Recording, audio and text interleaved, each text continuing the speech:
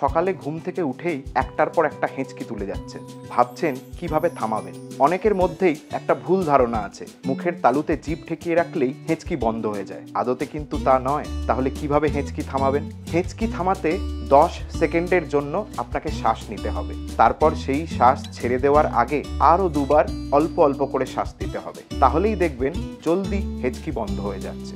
হেঁচকি বন্ধ করার আরও একটা টোটকা আপনাদের বলতে পারি। একটা কাগজের ব্যাগে শ্বাস নিতে পারেন, তবে মাথায় রাখবেন সেই কাগজের ব্যাগে যেন আপনার মাথা না ঢেকে যায়। এখন এক নাগাড়ে আপনি যদি 2 বা 3 দিন ধরে হেঁচকি তুলতেই থাকেন, তাহলে কিন্তু এইসব টোটকা কাজে আসবে না। তখন আপনাকে ডাক্তারের সঙ্গে কথা বলতে হবে।